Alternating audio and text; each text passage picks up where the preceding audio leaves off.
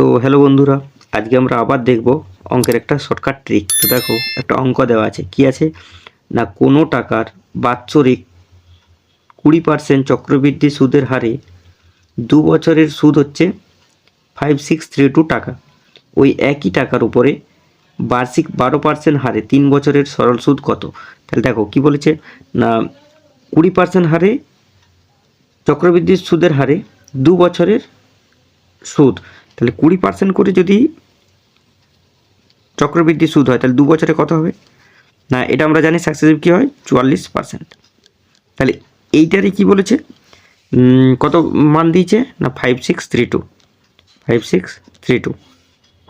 ঠিক আছে, এরপরে বলেছে ওই একই টাকার 12% হারে 3 বছরের সরল সুদ কত? তাহলে 3 বছরের সরল সুদ যদি 12% করে হয় তাহলে 3 বছরে কত হবে, 12×3 36%। এই 36%-এর ভ্যালুটা বার করলেই আমাদের অ্যান্সার বেরিয়ে যাবে। দেখো অ্যান্সার কী বেরোচ্ছে, 5632 বাই হচ্ছে 44 ইন্টু হচ্ছে 36, 4 দিয়ে 11, 4 দিয়ে 9, 11 দিয়ে 11 5 55, 1 13, 11 11, 2 11 দুগুণে 22, তাহলে 9 দুগুণে 18, হাতে রইল 1, 9 1 9, 10 0, হাতে রইল 1, 9 5 45 আর 1 46, তাহলে 4608।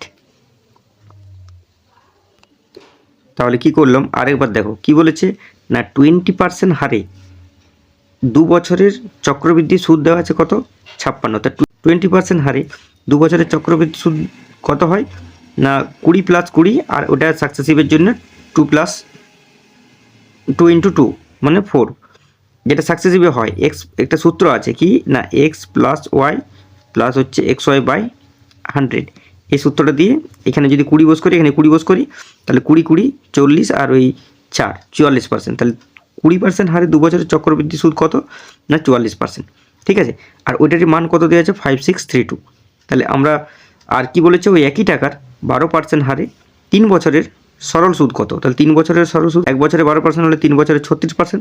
36%-এর ভ্যালু আমরা কত পেলাম, 4608। এটাই হচ্ছে অ্যান্সার। আশা করি বুঝতে পেরেছো। যদি বুঝতে পেরেছো তাহলে চ্যানেলটিকে অবশ্যই সাবস্ক্রাইব করে রাখো, আর লাইক কমেন্ট আর শেয়ারটা একটু করে দিও। Thank you.